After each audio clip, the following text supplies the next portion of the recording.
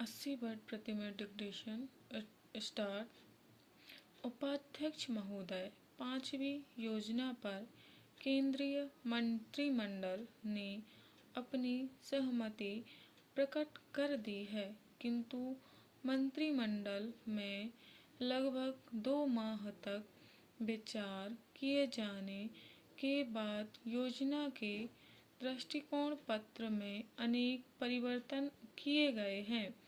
योजना आयोग मंत्रिमंडल के सुझावों को अब बैठक बुलाकर उनकी दृष्टिकोण पत्र पर स्वीकृति लेने का प्रस्ताव है। दृष्टिकोण पत्र इतनी लंबी बहस मंत्रिमंडल में पहले कभी नहीं हुई। इस विचार के समय हर मंत्रालय से संबंधित नीतियों तथा कार्यक्रमों पर विस्तृत तौर पर चर्चा हुई। योजना आयोग ने अपने नोट में लगभग यह क्षेत्र में शिथिलता आ जाने तथा प्रगति धीमी पड़ जाने की चर्चा की थी। अनेक मामलों में नीतियों तथा कार्यक्रमों पर नए सिरे से विचार का भी सुझाव दिया गया था। आयोग की इस राय से आर्थिक मंत्रालयों ने सहमति प्रकट नहीं की, बल्कि विदेश व्यापार मंत्री ने दृष्टिकोण पत्र में विदेश व्यापार के मामले में आयोग के विचारों को बदलने पर जोर दिया तथा इसके लिए उन्होंने अपनी ओर से कुछ मसौदा लिखकर भेजा। कच्चे माल की कमी, अंतर्राष्ट्रीय मुद्रा संकट हमारे उद्योगों को अंतर्राष्ट्रीय भाव पर भेजा।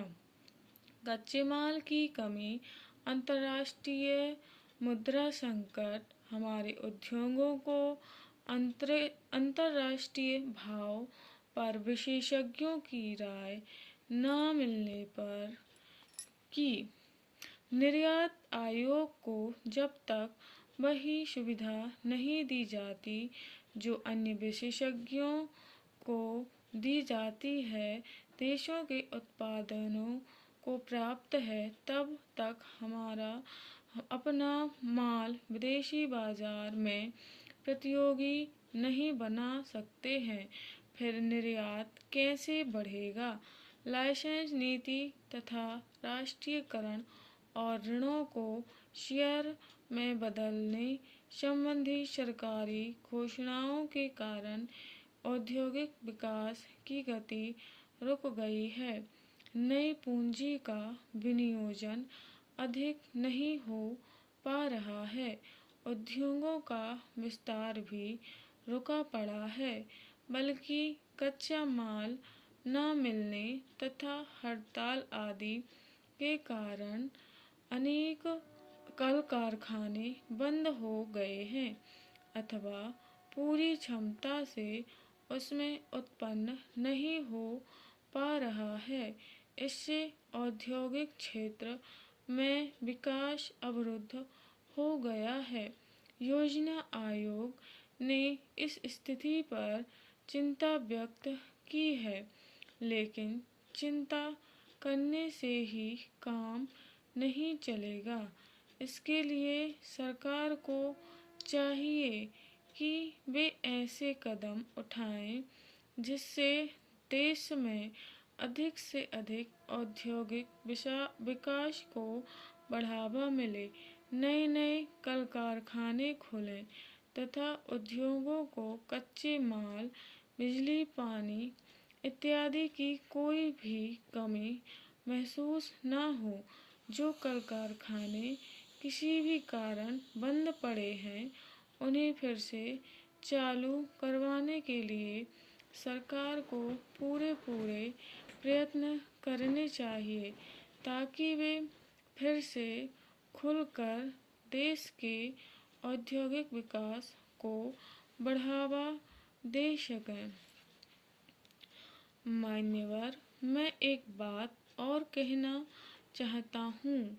आप देखें कि आज स्थिति यह है कि एक आदमी खेती भी करता है, वह आदमी वकालत भी करता है, वह आदमी व्यवसाय भी करता है और वह संसद का सदस्य भी बन सकता है।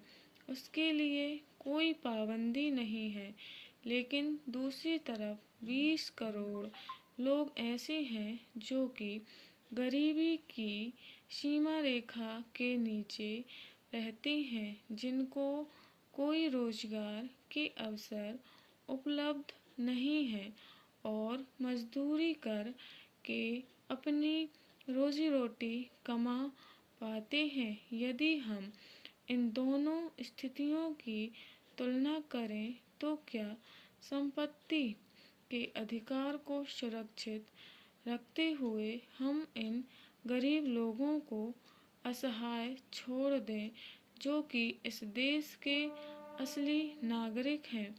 अगर हम उनको नहीं छोड़ना चाहते हैं तो हमको निश्चित करना है पड़ेगा कि जब तक हर परिवार में एक व्यक्ति को रोजगार नहीं मिल जाता, तब तक इस बात का प्रतिबंध लगाया जाना चाहिए कि एक व्यक्ति एक ही व्यवसाय करेगा।